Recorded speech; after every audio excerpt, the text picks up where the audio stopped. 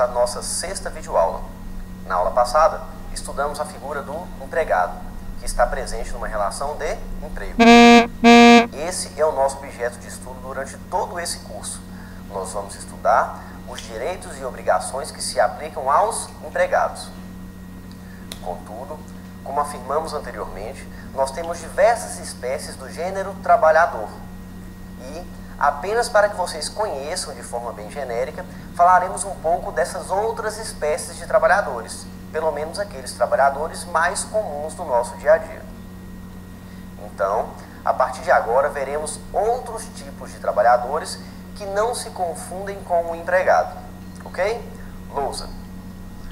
A primeira espécie de trabalhador que precisamos falar é o trabalhador avulso, cujo conceito está previsto no artigo 6º, inciso 4º, a linha A da Lei 8.212 de 1991. A linha A diz o seguinte: considera-se trabalhador eventual aquela pessoa física que presta serviço de natureza urbana ou rural em caráter eventual a uma ou mais empresas e sem relação de emprego. Querem ver um exemplo de trabalhador eventual? O sujeito que você contrata esporadicamente, eventualmente, para fazer um reparo no sistema hidráulico da sua casa. Ontem, por exemplo, eu contratei uma pessoa para fazer uma lavagem a seco nos meus estofados, sofá, colchão, almofada. Esse é o típico trabalhador eventual. Não tem subordinação, não tem habitualidade, não se trata de uma relação de emprego. Ok? Próxima espécie de trabalhador, lousa. Outra figura de trabalhador, parecida com o trabalhador eventual, mas que com ele não se confunde, é o trabalhador avulso. O avulso, de acordo com o artigo 12, inciso 6º da Lei 8.212 de 91, é aquele que, sindicalizado ou não, presta serviços de natureza urbana ou rural sem vínculo empregatício a diversas empresas, definidas no regulamento. O regulamento da Previdência Social, por sua vez, diz que trabalhador avulso é aquele que, sindicalizado ou não, presta serviços de natureza urbana ou rural sem vínculo empregatício a diversas empresas, com intermediação obrigatória do sindicato da categoria ou do órgão gestor de mão de obra. Logo, o trabalhador avulso é a pessoa física que presta serviços sem vínculo empregatício, de natureza urbana ou rural, a diversas empresas, sendo sindicalizado ou não, mas com intermediação obrigatória do sindicato da categoria ou do gestor de mão de obra.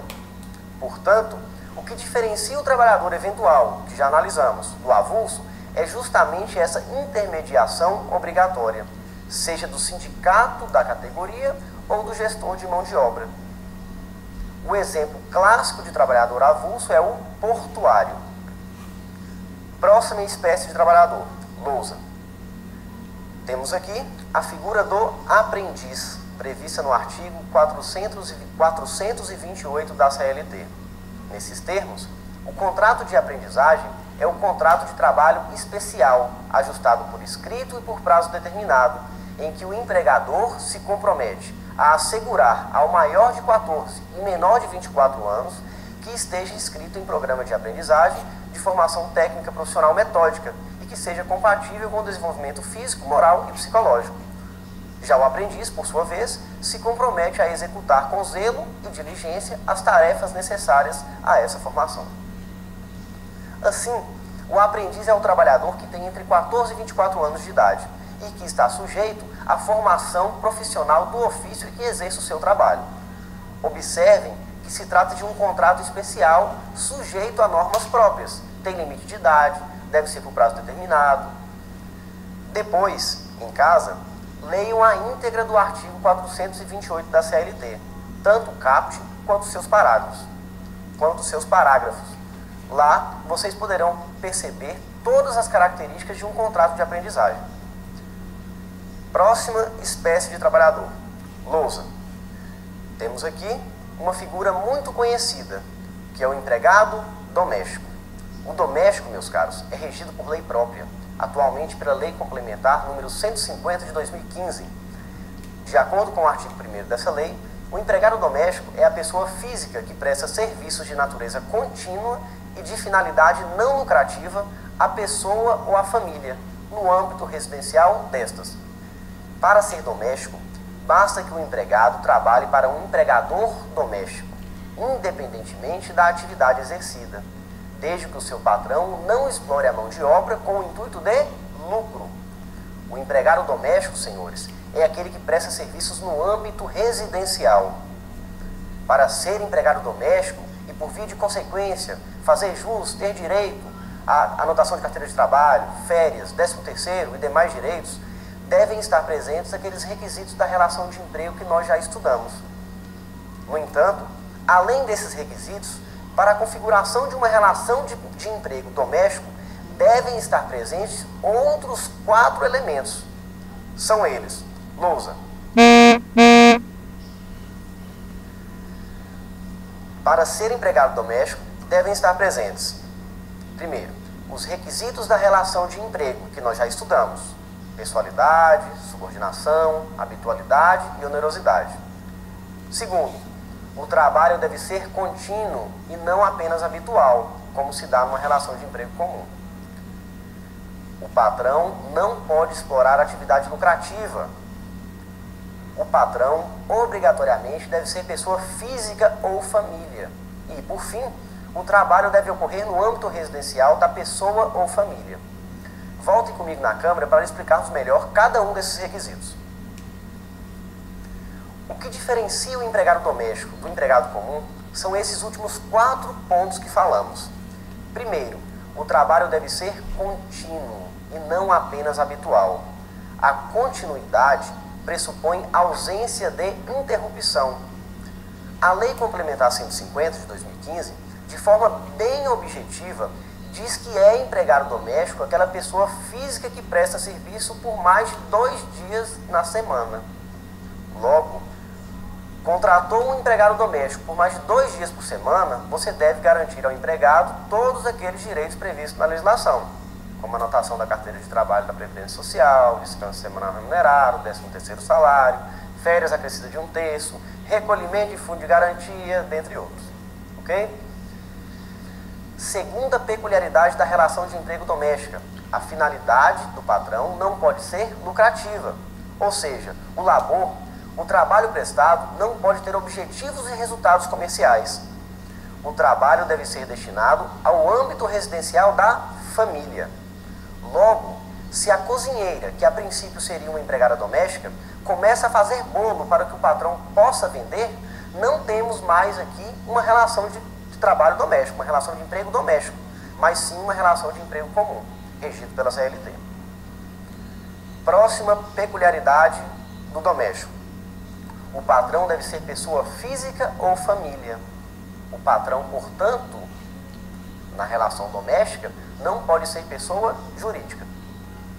Por fim, a relação de emprego doméstica requer ainda que o serviço seja prestado no âmbito residencial da pessoa ou família. Ok? Bom, essas são as especificidades gerais do empregado doméstico que o diferencia do empregado comum.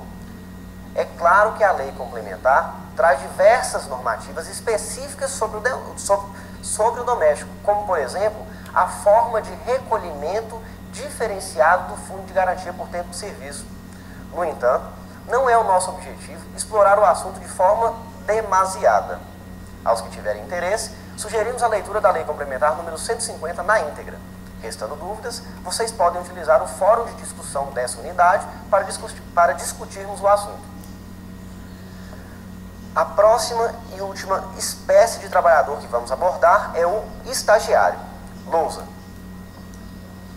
O estágio, atualmente, é regido pela Lei 11.788 de 2008. Essa lei conceitua o estágio como o ato educativo escolar supervisionado, desenvolvido no ambiente de trabalho, que visa a preparação para o trabalho produtivo de educandos. A principal finalidade do estágio é proporcionar ao estagiário o aprendizado de todas as competências próprias da atividade profissional, bem como a contextualização curricular, buscando desenvolvimento para a vida cidadã e para o trabalho. Para que o contrato de estágio seja válido, alguns requisitos devem estar presentes, quais sejam: lousa. O educando deve estar regularmente matriculado e frequentando um curso, seja de educação superior, educação profissional, ensino médio, educação de jovens e adultos, dentre outras modalidades educativas. Além disso, deve ser celebrado termo de compromisso entre o educando, parte cedente do estágio e a instituição de ensino. É preciso ainda que haja compatibilidade entre as atividades desenvolvidas no estágio com aquelas previstas no termo de compromisso. E, por fim, é necessário o acompanhamento de um professor orientador da instituição de ensino. De forma bem genérica, essas são as principais características de uma relação de estágio, espécie do gênero trabalhador.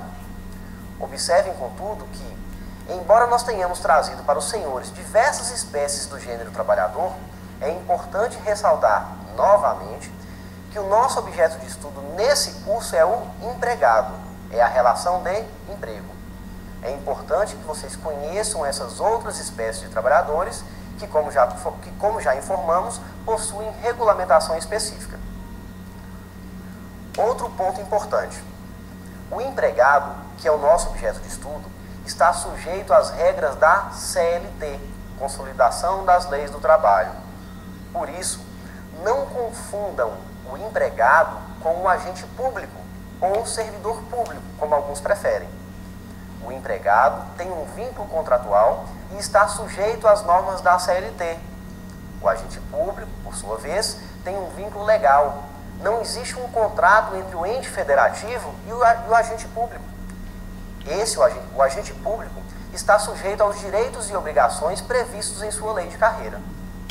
Portanto, tudo que estudamos e vamos estudar nesse curso nem sempre se aplica aos agentes públicos. O nosso foco é a relação de emprego, é o empregado.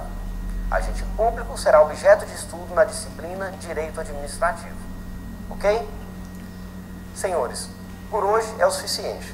Dúvidas, vocês já sabem, devem ser postadas no fórum de discussão dessa segunda unidade. Obrigado pela atenção, bons estudos e até o nosso próximo encontro.